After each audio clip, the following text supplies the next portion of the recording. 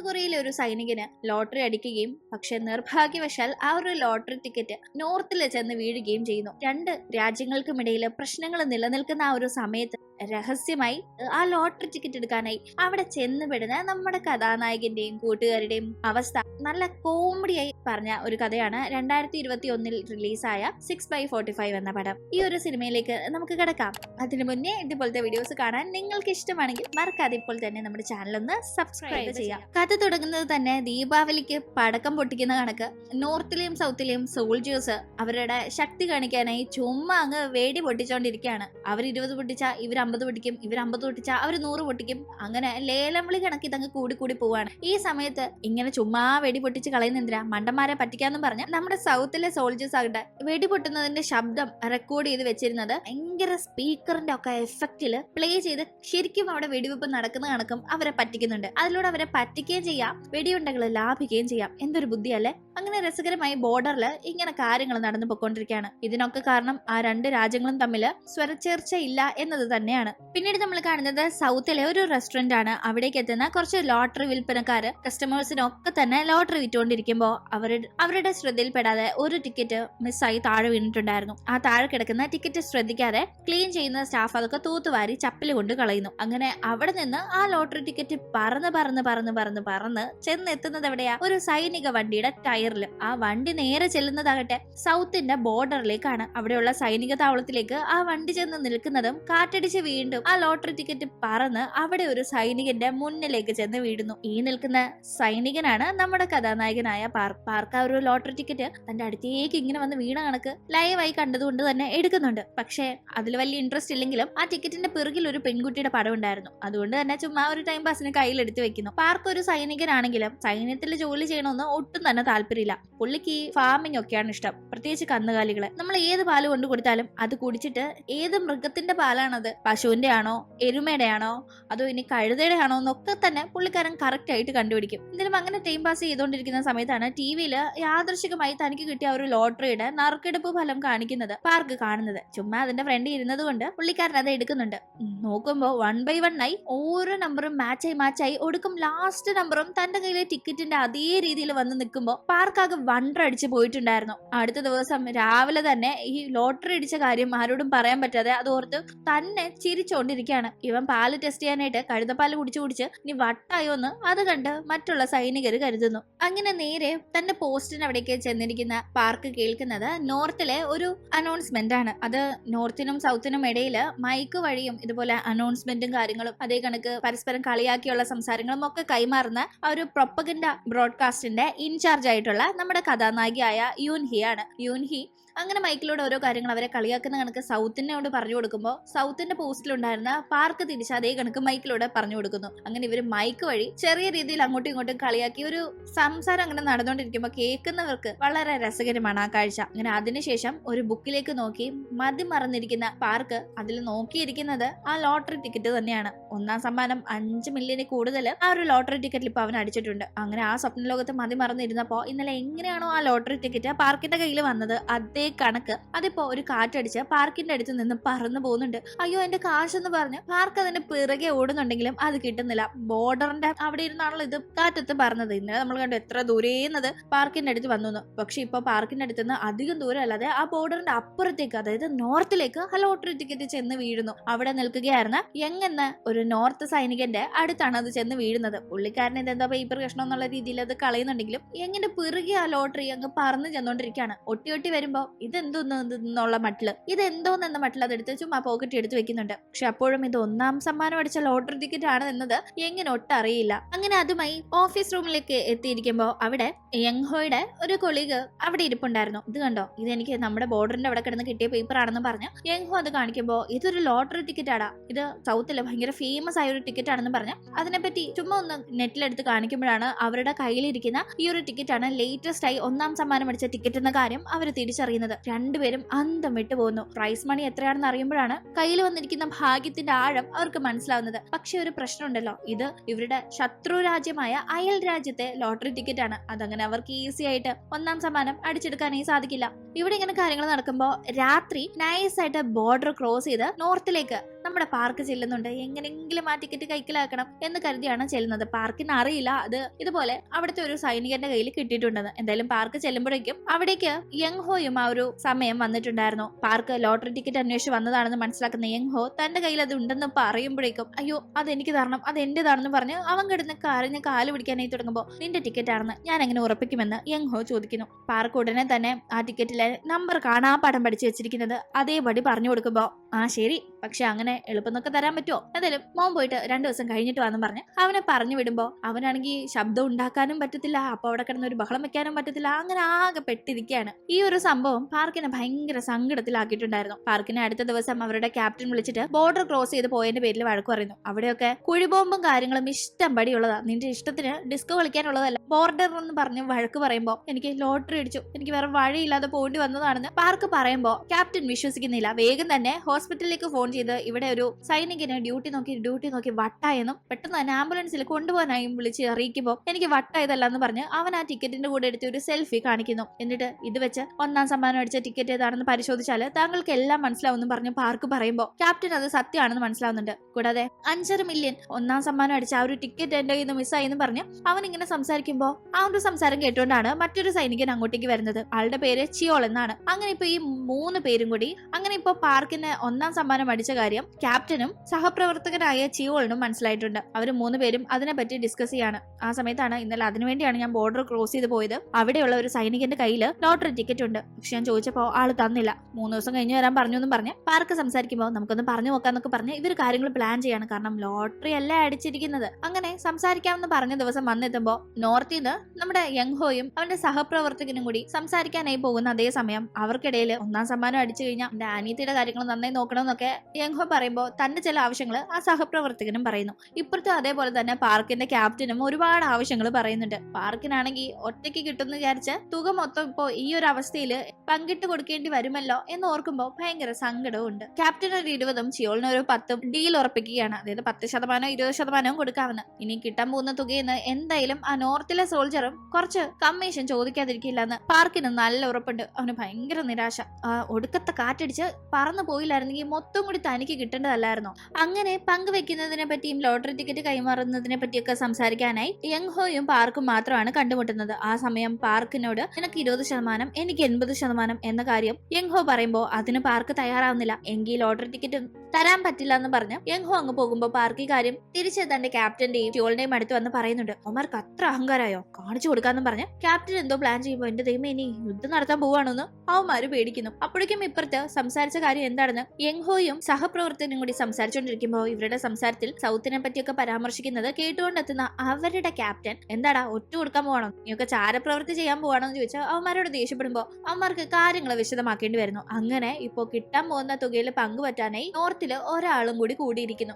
അടുത്ത ദിവസമായിട്ട് സൗത്തിലെ captain mic വഴി നോർത്തുകാരോട് എന്തിനാ നമുക്കിടയിൽ ഒരു വാക്ക് തർക്കവും വാശി പിടുത്തവും ഒക്കെ, നമുക്ക് നല്ല സൗഹൃദപരമായ ഒരു തീരുമാനം എടുത്തുകൂടെ എന്നൊക്കെ മയത്തിൽ സംസാരിച്ചുകൊണ്ടിരിക്കുകയാണ്. ആ സംസാരത്തിന് അവർ തിരിച്ച് മറുപടി മൈക്കിലൂടെയല്ല നൽകുന്നത്. നമ്മുടെ യങ് ഹോയും ക്യാപ്റ്റനും സഹപ്രവർത്തകനും കൂടി എന്തോ ഒരു കോഡൊക്കെ കാണിക്കുന്നുണ്ട്. ആദ്യം ആ കോഡ് ഡീകോഡ് ചെയ്തെടുക്കാനായിട്ട് ഇവർക്ക് നല്ല പാടായിരുന്നെങ്കിലും കുറെ നേരം തല പുകച്ചു കഴിയുമ്പോൾ അതൊരു സ്ഥലത്തിനെയാണ് സൂചിപ്പിക്കുന്നതെന്ന് മനസ്സിലാവുന്നു. നോർത്തിന്റെയും സൗത്തിന്റെയും ബോർഡറിൽ വെള്ളവും മറ്റും കൈമാറാനൊക്കെയായി ഉപയോഗിക്കുന്ന ഒരു സ്ഥലം. അങ്ങനെ അവിടെ രഹസ്യമായി ഈ 6 പേരും കണ്ടുമുട്ടുന്നു. ലോട്ടറി ടിക്കറ്റ് കൈമാറുന്നതിനെ കുറിച്ചും കാശ് പങ്കുവെക്കുന്നതിനെ കുറിച്ചും സംസാരിക്കാനായിട്ടുള്ള കൂടിക്കാഴ്ചയായിരുന്നു അത്. പക്ഷെ അപ്പോ നോർത്തുകാര് കുറച്ച് അഡ്വാൻസ്ഡ് ആയി ഡിസ്കഷന് വേറെ ലെവലിൽ കൊണ്ടുപോകാനായിട്ട് പ്രൊജക്ടറും ഒക്കെ സെറ്റ് ചെയ്ത് വന്ന് PPT പ്രസന്റേഷൻ നടത്തിയാണ് കാര്യങ്ങൾ ഡിസ്കസ് ചെയ്യുന്നത്.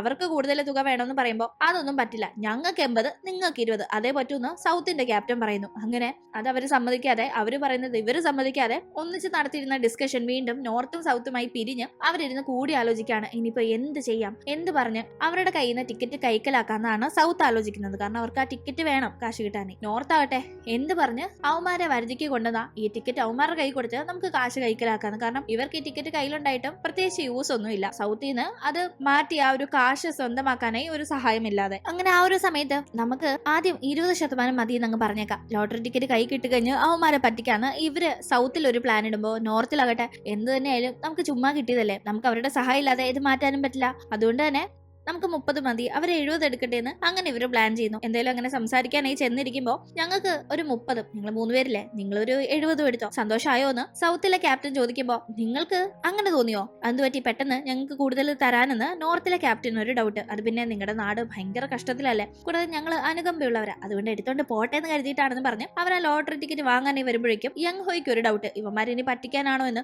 അതുകൊണ്ട് ലോട്ടറി ടിക്കറ്റ് കൈമാറാതെ അവിടെ പിടിവലി നടക്കുമ്പോ അയ്യോ ഇതിപ്പോ കീറിപ്പോയാൽ ആർക്കും ഒന്നും കിട്ടാൻ പോകുന്നില്ല എന്ന് പാർക്ക് അവിടെ നിന്ന് പറഞ്ഞുകൊണ്ടിരിക്കുന്ന ആ ഒരു സമയത്താണ് പെട്ടെന്ന് അവിടെ കറണ്ട് പോയി ആരും അങ്ങോട്ടേക്ക് വരുന്നത്. എല്ലാരും പെട്ടെന്ന് പാനിക് ആവുന്നുണ്ട്. അപ്പോഴേക്കും കറണ്ട് വരികയും വന്നിരുന്ന ആളെ കാണുകയും ചെയ്യുന്നു. അത് സൗത്തിലെ തന്നെ ഒരു സൈനികനാണ്. അയാളാണ് ഈ ഒരു സ്ഥലത്തിന്റെ കാര്യങ്ങളൊക്കെ നോക്കുന്ന ഇൻചാർജ്. ആള് വന്നപാടെ ഈ കാര്യങ്ങളൊക്കെ അറിഞ്ഞ് രണ്ട് ഗ്രൂപ്പിനും ഇലയ്ക്കും മുള്ളിനും കേടില്ലാത്ത രീതിയിൽ ഒരു സൊല്യൂഷൻ പറയുന്നു. അതായത് 50-50 എടുക്കാമെന്ന്. അത് കേൾക്കുന്ന നോർത്തിലെ ക്യാപ്റ്റൻ, നിങ്ങള് സൗത്തിന്റെ ആളാണല്ലോ, നിങ്ങൾ ഇവരുടെ കൂടെ നിന്ന് മധ്യസ്ഥം വഹിച്ച് ഞങ്ങളെ പറ്റിച്ചാലോ, നിങ്ങൾക്ക് ഒരു പങ്കും തരാതെ പോയാലോ എന്നെല്ലാം ചോദിക്കുമ്പോൾ, അങ്ങനെ നിങ്ങൾക്ക് ഡൗട്ട് ഉണ്ടെങ്കിൽ ലോട്ടറി ടിക്കറ്റ് കൈമാറി അതിന്റെ കാശും കൂടി കൈമാറുന്നത് വരെ സൗത്തിലെ ഒരാൾ നോർത്തിലേക്കും നോർത്തിലെ ഒരാൾ സൗത്തിലേക്കും പോയി നിൽക്കട്ടെ, അപ്പൊ പിന്നെ കാര്യങ്ങൾക്ക് ഒരു തീരുമാനം ആവുമല്ലോ എന്ന് ആളൊരു ഐഡിയ പറയുമ്പോൾ അങ്ങനെ അത് നല്ല ഐഡിയ ആയിട്ട് അവർ അംഗീകരിക്കുന്നുണ്ട്. പക്ഷെ ഒരു പ്രശ്നം, നോർത്തിലെ ആള് സൗത്തിലേക്ക് ഒരു സൈനികനായി ആ ഒരു കാലയളവില് ആൾമാറാട്ടം നടത്താനായി പോകുമ്പോൾ അത് വലിയ പ്രശ്നമാവില്ല. പക്ഷെ സൗത്തിൽ നിന്ന് നോർത്തിലേക്ക് പോകുന്ന ആളുടെ പുകയായിരിക്കും ഒടുക്കം വരിക. കാരണം അത്രയ്ക്ക് മോശം അവസ്ഥയാണ് നോർത്തിലെ സൈനികർ കടന്നു പോകുന്നത്. അതുകൊണ്ട് തന്നെ ആര് പോകേണ്ടി വരുമെന്ന കാര്യത്തില് ഇങ്കി പിങ്കി പോങ്കിയും സ്റ്റോൺ പേപ്പർ സിസേഴ്സും ഒക്കെ കളിച്ച ക്യാപ്റ്റനും പാർക്കും ചിയോളും കൂടി ഇരുന്ന് ഡിസൈഡ് ചെയ്യാൻ നോക്കുമ്പോൾ പാർക്കാണ് വരുന്നത്. അയ്യോ അന്നെ വിടല്ലേ, എനിക്കൊരു അവസരം കൂടി തരണേന്ന് പറഞ്ഞ് അവൻ കിട്ടുന്ന റിക്വസ്റ്റ് ചെയ്യുമ്പോൾ ഒന്നുകൂടെ അവർ കളിക്കുന്നു. അപ്പോഴും പാർക്കിനെ തന്നെയാണ് കിട്ടുന്നത്. അത് ഒരു യാദൃശികമല്ല, മറിച്ച് ക്യാപ്റ്റനും ചിയോളും കൂടി ചേർന്ന് അവരൊരേ കണക്ക് വെച്ച് പാർക്കിനെ ഔട്ടാക്കി എടുക്കുന്നതാണ്. അവൻ നോർത്തിലേക്ക് പോയേ പറ്റൂന്ന് ഒടുക്കം വരുമ്പോൾ അവന്റെ ബോധം പോകുന്നുണ്ട്. കഷ്ടപ്പെട്ട് കാശ് കിട്ടാനായിട്ട് ഇതൊക്കെ ചെയ്തിട്ട് ഒടുക്കം ഞാൻ അവിടുന്ന് വല്ല ഡെഡ് ബോഡി ആയിട്ടാ വരുന്നെങ്കിൽ ഇതൊക്കെ ചെയ്തത് വേസ്റ്റ് ആവില്ലേ എന്നാണ് അവന്റെ സങ്കടം. അപ്പോഴേക്കും ഇപ്പുറത്ത് നോർത്തിൽ നിന്ന് സൗത്തിലേക്ക് വരാനായി പോകുന്നത് യങ് ഹോയാണ്. നീ അവിടെ സേഫ് ആയിരിക്കും, പക്ഷെ അവിടെ നിന്ന് ഇങ്ങോട്ട് വരുന്ന അവൻ ഇവിടെ സേഫ് ആയിട്ടിരിക്കാനും അവൻ പിടിക്കപ്പെടാതെ നമ്മൾ സേഫ് ആയിട്ടിരിക്കാനും എന്ത് ചെയ്യാൻ പറ്റുമെന്ന് അങ്ങനെ ഡിസ്കഷൻ വരുമ്പോഴാണ് തന്റെ അനീതിയുടെ കാര്യം യങ് ഹോ ഓർക്കുന്നത്. യങ് ഹോയുടെ അനീതി മറ്റാരും അല്ല, നമ്മൾ മുന്നേ കണ്ടില്ല മൈക്ക് വഴി അനൗൺസ് ചെയ്ത ഒരു പെൺകുട്ടി, അവളുടെ പേര് യൂൻഹി എന്ന്. യൂൻഹി യങ് ഹോയുടെ അനീതിയാണ്. അവൾക്ക് വലിയ സിംഗർ ആകണം എന്നതാണ് ആഗ്രഹം. ഈ ലോട്ടറി ടിക്കറ്റ് കിട്ടിയിട്ട് അതിലെ കാശെടുത്ത് തന്റെ അനീതിക്ക് നല്ലൊരു ഫ്യൂച്ചർ ബിൽഡ് ചെയ്ത് കൊടുക്കണമെന്നും ഒക്കെ തന്നെ ഉള്ള ആഗ്രഹത്തിന് പുറത്താണ് യങ് ഹോ ഇത്രയും റിസ്ക് എടുക്കുന്നത്. അങ്ങനെ അനിയത്തിയോടും കാര്യങ്ങളൊക്കെ പറഞ്ഞ് സെറ്റ് ആക്കുന്നു. കൂടാതെ ഇങ്ങനെ ആള് മാറുന്നതിന് മുന്നേ ആള് മാറാനായി പോകുന്ന ആ രണ്ടുപേരും നോർത്തിൽ ചെന്നാലും സൗത്തിൽ ചെന്നാലും എന്തൊക്കെ പറയണം ചെയ്യണം എന്ന കാര്യങ്ങളിൽ ഒന്ന് പ്രാക്ടീസ് ചെയ്യുന്നുണ്ട്.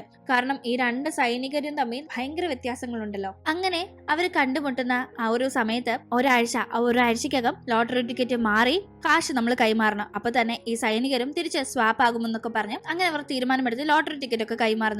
അങ്ങനെ ആ ഒരു സന്തോഷത്തിനായിട്ട് നോർത്തിൽ നിന്ന് കുറച്ച് വൈൻ കൊണ്ടുവന്നിട്ടുണ്ടായിരുന്നു. സൗത്തിൽ നിന്നാകട്ടെ വെറൈറ്റി ഫുഡും. നോർത്തിലുള്ളവര് ഇത്തരം ഫുഡുകളൊന്നും കണ്ടിട്ടില്ല, അതുകൊണ്ട് തന്നെ ആക്രാന്തം പിടിച്ച് കഴിച്ച് എൻജോയ് ചെയ്യുന്നുണ്ട്. പിന്നീട് അങ്ങോട്ട് കുറെ നാളുകളായിട്ടുള്ള ഫ്രണ്ട്സ് കണക്ക് പാട്ട് പാടുക, ഡാൻസ് ചെയ്യുക, ഗെയിം കളിക്കുക, അങ്ങനെ എൻജോയ് ചെയ്തോണ്ടിരിക്കുകയാണ്. ഇതിന്റെ ഇടയിൽ ആൾമാറാട്ടം നടത്താനായി പോകുന്ന പാർക്കും യങ് ഹോയും സംസാരിക്കുമ്പോൾ ഈ കിട്ടുന്ന കാശം കൊണ്ട് എന്ത് ചെയ്യും എന്നൊരു ടോപ്പിക് വരുന്നുണ്ട്. താനൊരു ഫാം ഹൗസ് തുടങ്ങുമെന്ന് പാർക്ക് പറയുമ്പോൾ എനിക്ക് എന്റെ അമ്മയും അച്ഛനെയും അനിയത്തിയും ഒക്കെ നന്നായി നോക്കണമെന്നായിരുന്നു യങ് ഹോ പറയുന്നത്. അത് കേൾക്കുമ്പോൾ നിങ്ങൾക്ക് അനിയത്തി ഉണ്ടോന്ന് പാർക്കിന് ഒരു ശുഷ്കാന്തി. ആ ഉണ്ട്, അവളുടെ നേടെല്ലാം കാണാം, നീ നോക്കിയാല് വിവരം അറിയുമെന്ന് പറഞ്ഞ് യങ് ഹോ അപ്പോഴേ പാർക്കിനെ പേടിപ്പിക്കുന്നു. അങ്ങനെ അങ്ങോട്ടും ഇങ്ങോട്ടും സ്വാപ്പ് ആവുന്നു. ഇപ്പോ സൗത്തിലെ ഒരു സൈനികനായി അവിടെ വന്നിരിക്കുന്ന യങ് ഹോ അവിടുത്തെ ഫുഡൊക്കെ ഭയങ്കര ആക്രാന്തത്തിൽ എടുത്ത് കഴിക്കുമ്പോൾ ഇവൻ നോർത്തിൽ നിന്ന് വന്ന ആളാണെന്ന് ഡൗട്ട് തോന്നാതെ ഇയാൾ എന്താ ഇത്രയും നാള് ഫുഡ് കാണാത്ത കണക്ക് ഇങ്ങനെ ബിഹേവ് ചെയ്യുന്നത്, ഈ സൈനികൻ എന്താ ഫുഡൊന്നും കണ്ടിട്ടേ ഇല്ല, പുതിയ ആളാണെന്ന് തോന്നല്ലോ എന്ന് മട്ടിലൊക്കെ ആയിരുന്നു അത് കണ്ടിരുന്നവരുടെ ആ ഒരു എക്സ്പ്രഷൻ. അപ്പോഴേക്കും ലോട്ടറി ടിക്കറ്റ് പുറത്തു കൊണ്ടുപോയി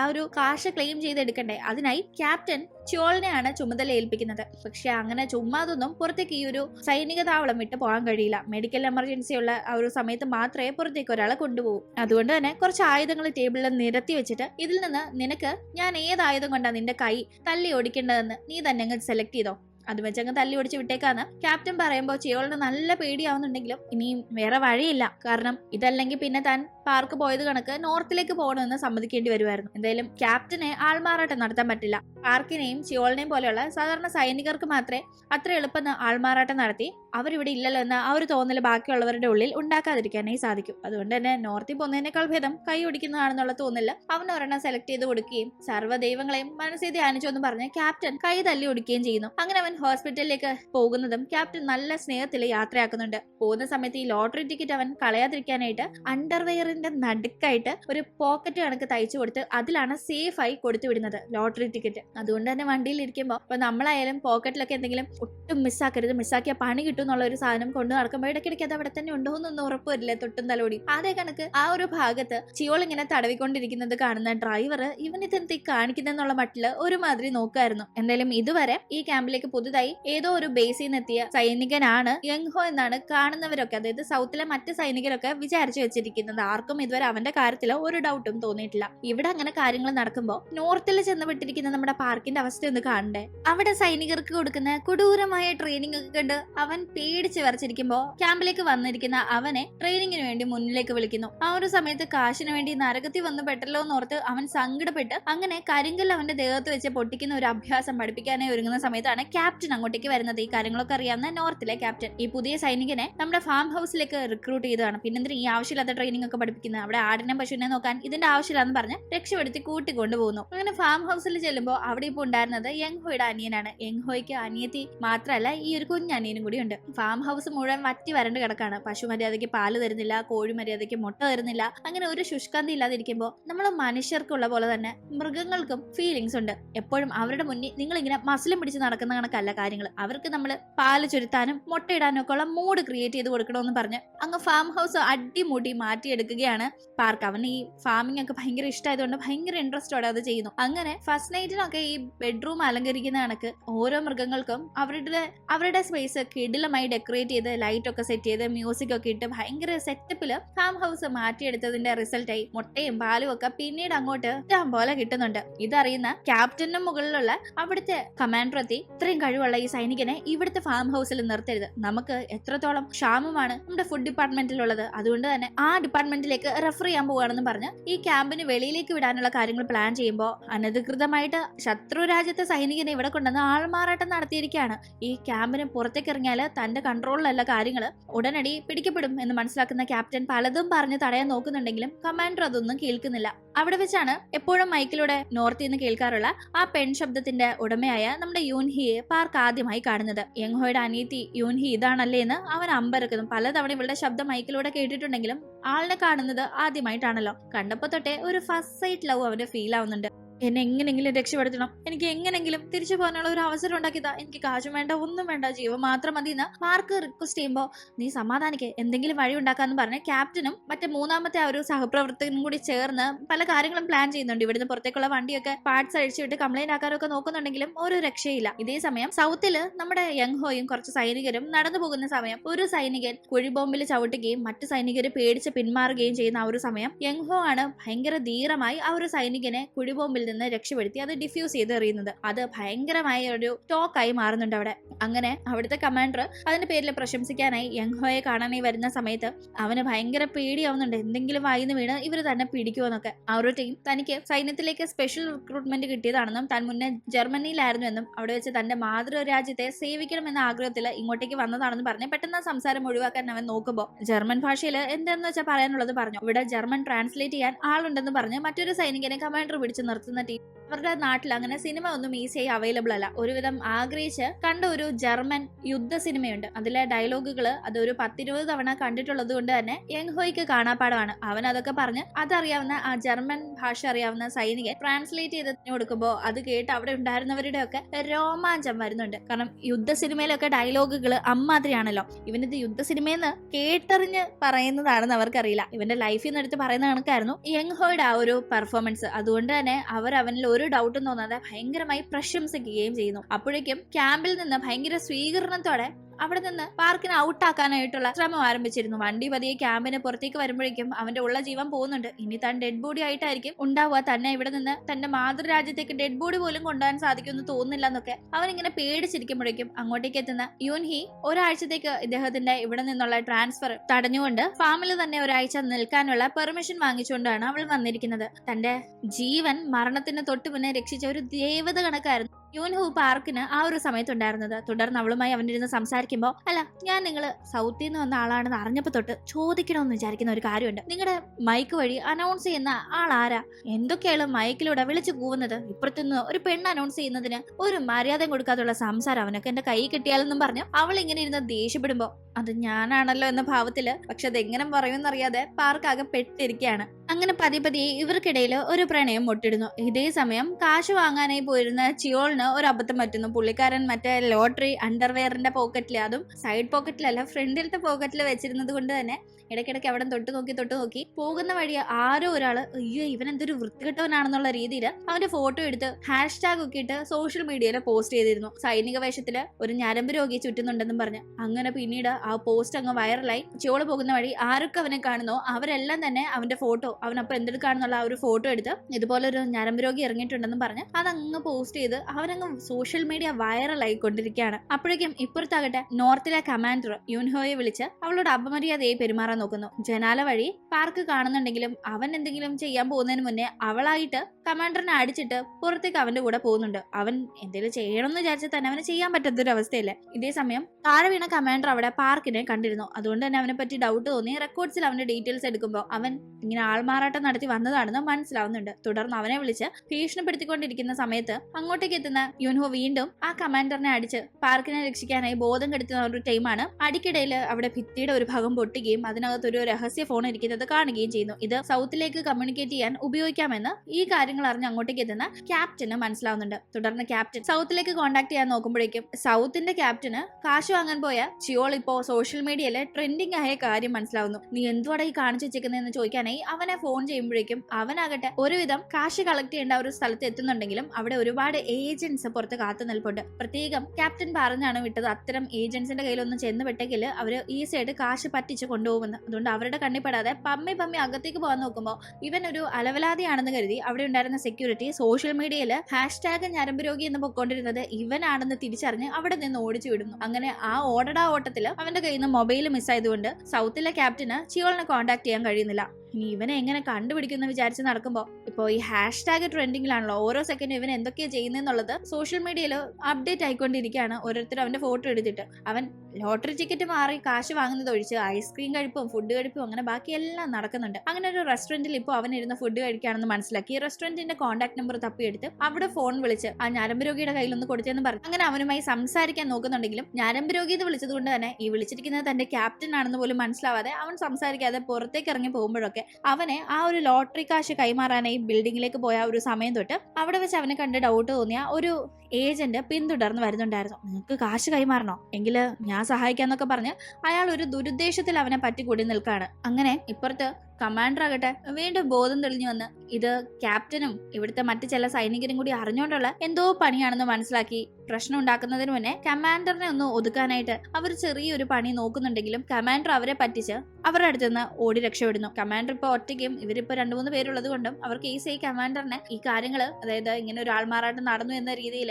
ആൾക്കാർ അറിയുന്നതിന് മുന്നേ വീണ്ടും രണ്ടുപേരെയും കൈമാറി ഒന്ന് സോൾവ് ചെയ്യാന്ന് വിചാരിച്ചെങ്കിലും ആൾ ഇവരുടെ പിടുത്തം വിട്ട് പോയിട്ടുണ്ടായിരുന്നു. അപ്പോഴേക്കും സൗത്തിലേക്ക് കോൺടാക്ട് ചെയ്യുമ്പോൾ ലോട്ടറി ടിക്കറ്റ് മാറാനായി പോയ സൈനികൻ മിസ്സിംഗ് ആയിരുന്ന വാർത്തയാണ് സൗത്തിലെ ക്യാപ്റ്റൻ അറിയിക്കുന്നത്. അതുകൊണ്ട് തന്നെ ഇനിയിപ്പം കാശ് കൈവന്നിട്ട് രണ്ടുപേരും തമ്മിൽ മാറാം എന്ന് തീരുമാനിച്ചിരുന്നതൊക്കെ മാറ്റി പ്രശ്നമാവുന്നതിന് മുന്നേ 2 സൈനികരെയും സ്വാപ്പ് ചെയ്യാനായി അവരന്ന് കണ്ടുമുട്ടിയ അതേ സ്ഥലത്ത് ചെല്ലുമ്പോൾ യങ്ഹോയ്ക്ക് ഭയങ്കര കലിപ്പ്. കാരണം പാർക്കിന്റെ കൈ പിടിച്ച് അവന്റെ ഗേൾ ഫ്രണ്ട് ആയിട്ടാണ് അവനെ യാത്രയാക്കാനായി അവിടെ അവന്റെ സഹോദരി യൂൻഹി വന്നിരുന്നത്. ഞാൻ നിന്നോട് ആദ്യം പറഞ്ഞല്ലേ എന്റെ അനിയത്തിയുടെ നിഴൽവെട്ടത്ത് പോയേക്കല്ലെന്ന് പറഞ്ഞ് പാർക്കിനോട് യങ്ഹോ കിടന്ന് വഴക്കുണ്ടാക്കുമ്പോൾ ഇതിന്റെ ഇടയിൽ ഒരു സംഭവം നടന്നിരുന്നു. ഇങ്ങനെ തിരിച്ച് പാർക്കിനെ സൗത്തിലേക്ക് വിടാൻ പോവാണെന്ന് അറിയുന്ന അവിടെ ഉണ്ടായിരുന്ന യങ്ഹോയുടെ അനിയൻ ഒരു കുഞ്ഞു പന്നിക്കുട്ടിയെയും ഒരു ചുവപ്പ് തുണിയും അവന്റെ കയ്യിൽ കൊടുത്തിട്ട് ഇത് നിങ്ങളുടെ ബോർഡറിൽ നിന്ന് ഞങ്ങളുടെ അടുത്തേക്ക് വന്നതാ, ഇതിനെ തിരിച്ച് അതിന്റെ അമ്മയുടെ അടുത്തേക്ക് തന്നെ വിട്ടേക്കെന്ന് പറഞ്ഞിരുന്നു. അങ്ങനെ അവൻ ബോർഡറിന്റെ അവിടെ വെച്ച് ആ പന്നിക്കുട്ടി അങ്ങോട്ട് വിട്ടെങ്കിലും ഇവൻ ആ വഴി അപ്പുറം കടക്കാൻ പറ്റില്ലല്ലോ, രഹസ്യമായി കടക്കണ്ട. അതുകൊണ്ട് വേറെ ഒരു ടണൽ വഴിയാണ് യൂൻഹിയുടെ കൂടെ അവർ കണ്ടുമുട്ടാനുള്ള ആ സ്ഥലത്തേക്ക് പോയത്. അപ്പോഴേക്കും ആ പന്നിക്കുട്ടിയുടെ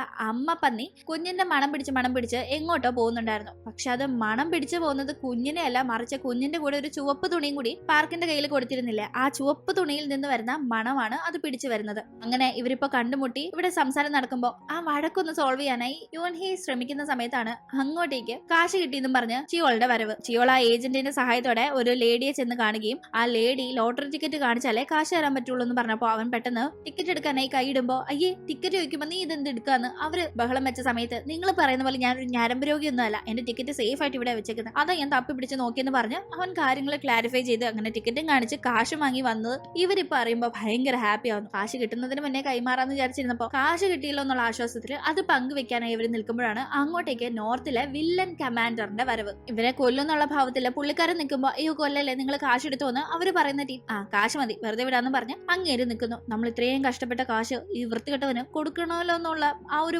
സങ്കടത്തില് അവർ നിൽക്കുമ്പോഴാണ് കാശ് കയ്യിലെടുത്ത കമാൻഡർക്ക് ഭയങ്കരമായ ഒരു പണി കൊടുത്തുകൊണ്ട് അങ്ങോട്ടേക്ക് നമ്മുടെ അമ്മ പന്നിയുടെ വരവ്. അമ്മ പന്നിക്ക് ആ ബാഗ് പുള്ളിക്കാരന്റെ അടുത്ത് ഇരിക്കുന്നത് കാണുമ്പോൾ കുഞ്ഞിനയാൾ പിടിച്ചു വെച്ചിരിക്കുന്ന കണക്കാണ് തോന്നുന്നത്. കാരണം ഇവിടെ നിൽക്കുന്ന പാർക്കിന്റെ കയ്യിലെ തുണിയുടെ മണം പിടിച്ചാണ് അമ്മ പന്നി ഇവിടം വരെ വന്നത്. അതാണെങ്കിൽ കാട്ടുപന്നിയാണ്. മനുഷ്യരായിട്ട് അത്ര ഇണക്കൊന്നില്ലാത്തതുകൊണ്ട് ഓടി വന്ന് കുഞ്ഞിനെ പൊക്കി എടുക്കുന്ന കണക്ക് ബാഗ് കുത്തി എടുത്തോണ്ട് ഒരു ഒറ്റ ഓട്ടമായിരുന്നു. കമാൻഡർക്ക് ഒന്നും ചെയ്യാൻ പറ്റാത്ത അവസ്ഥയായി. കാശടങ്ങിയ ബാഗുമായി അത് പുറത്തേക്ക് ഓടി പോയിട്ടുണ്ടായിരുന്നു. കുഴിബോംബുകൾക്കിടയിലൂടെ അമ്മ പന്നി ഓടുന്ന കാഴ്ച വളരെ രസകരമായിരുന്നു. ചേട്ടാ ഇനിയിപ്പോ എന്ത് ചെയ്യും, ഇവിടെ കാശ് പോയല്ലോ എന്ന് അവര് സങ്കടപ്പെടുമ്പോഴാണ് പെട്ടെന്ന് ചിയോള് പോക്കറ്റിൽ കൈയിടുന്നത്. നീ ഇത് എന്ത് കാണിക്കാന്ന് എല്ലാരും ചോദിക്കുമ്പോൾ മുഴുവൻ കാശ് ആ ബാഗിൽ കൊള്ളാഞ്ഞുകൊണ്ട് കുറച്ച് എന്റെ പോക്കറ്റ് വെച്ചിട്ടുണ്ടെന്ന് പറഞ്ഞ് പോക്കറ്റിൽ വെച്ചിരുന്ന കാശെല്ലാം പുറത്തേക്ക് ഇടുന്നു. അത് ഏതാണ്ട് 4 ലക്ഷം വോൺ ഉണ്ടായിരുന്നു. ഇത് തന്നെ നമ്മളെയൊക്കെ സംബന്ധിച്ച് വലിയ തുകയില്ലേ, ഇതെങ്കിൽ ഇത് പങ്കിട്ടെടുക്കാന്ന് പറഞ്ഞ് അവരത് 50-50 ആയിട്ട് എടുക്കുന്നു. അങ്ങനെ അപ്പൊ അതിലും ഒരു തീരുമാനമായ സ്ഥിതിക്ക് ഇനി ഇവര് പിരിയേണ്ട സമയമായി. എല്ലാരും ഭയങ്കര ഇമോഷണൽ ആവുന്നുണ്ട്. പ്രത്യേകിച്ച് യൂൻഹിയും പാർക്കും. നമ്മുടെ നാട് എന്തെങ്കിലും ഈ ശത്രുതയൊക്കെ മാറി ഒന്നാവുന്ന സമയത്ത് നമുക്ക് ഒന്നു ചേരാമെന്ന് പറഞ്ഞാണ് അവർ പിരിയുന്നത്. അങ്ങനെ പിന്നീട് മൈക്ക് വഴി മുന്നേ പരസ്പരം കളിയാക്കുകയും വഴക്കിടാറുമുണ്ടായിരുന്ന അവർ ഇപ്പോ അവരുടെ പ്രണയമാണ് കോഡ് ഭാഷകളിലൂടെ കൈമാറുന്നത്. നമ്മുടെ കാട്ടുപന്നി അമ്മ അപ്പോഴേക്കും അതിന്റെ കുഞ്ഞിനെ കണ്ടുപിടിച്ചിരുന്നു. പക്ഷേ കാശ് എവിടെ പോയെന്ന് ഒരു പിടുത്തവും ഇല്ല. കാട്ടുപന്നിയുടെ പുറകെ ഓടിപ്പോയ നോർത്തിന്റെ കമാൻഡർ കാട്ടുപന്നി ഓടി അതേ വഴിയിൽ അതിനെ പിടിക്കാനായി ഓടിയത് കൊണ്ട് തന്നെ ആ വഴി വെച്ചിരുന്ന കുഴിബോംബിലൊക്കെ ചവിട്ടി അയാളുടെ കഥ കഴിഞ്ഞിട്ടുണ്ടായിരുന്നു. അതോടുകൂടി ഈ നടന്ന കാര്യങ്ങൾ ഇനി പുറം ലോകം അറിയില്ല എന്നൊരു സേഫ്റ്റിയും അവർക്കുണ്ട്. പിന്നെ ഈ കമാൻഡർ ആളത്ര നല്ലവനല്ലാത്തതുകൊണ്ട് അയാളുടെ മരണത്തിൽ അത്ര വലിയ ദുഃഖം തോന്നേണ്ട ആവശ്യവുമില്ല. കൂടാതെ ഈ ലോട്ടറി വിറ്റ ആ കുറച്ച് കച്ചവടക്കാരെ നമ്മൾ തുടക്കത്തിൽ കണ്ടില്ലേ, അവര് ഇപ്പൊ ഒരു പാർക്കില് ലോട്ടറി വിൽക്കാനായി നിൽക്കുമ്പോൾ അന്നത്തെ കണക്ക് തന്നെ ഒരു ലോട്ടറി അവരുടെ കയ്യിൽ നിന്ന് മിസ്സാവുകയും അത് എങ്ങോട്ടോ പറന്ന് അടുത്ത ഗുലുമാൽ ഭാഗ്യശാലിയെ അന്വേഷിച്ചു പോകുന്നതായും കാണിച്ചുകൊണ്ട് ഈ ഒരു രസകരമായ കഥ ഇവിടെ അവസാനിക്കുകയാണ്. ഇഷ്ടപ്പെട്ട് കാണുമെന്ന് പ്രതീക്ഷിക്കുന്നു. ഇഷ്ടപ്പെട്ടെങ്കിൽ മറക്കാതെ വീഡിയോ ലൈക്ക് ചെയ്തും ഷെയർ ചെയ്തും സബ്സ്ക്രൈബ് ചെയ്തും സപ്പോർട്ട് ചെയ്യാം. വീണ്ടും കാണും വരെ ബൈ.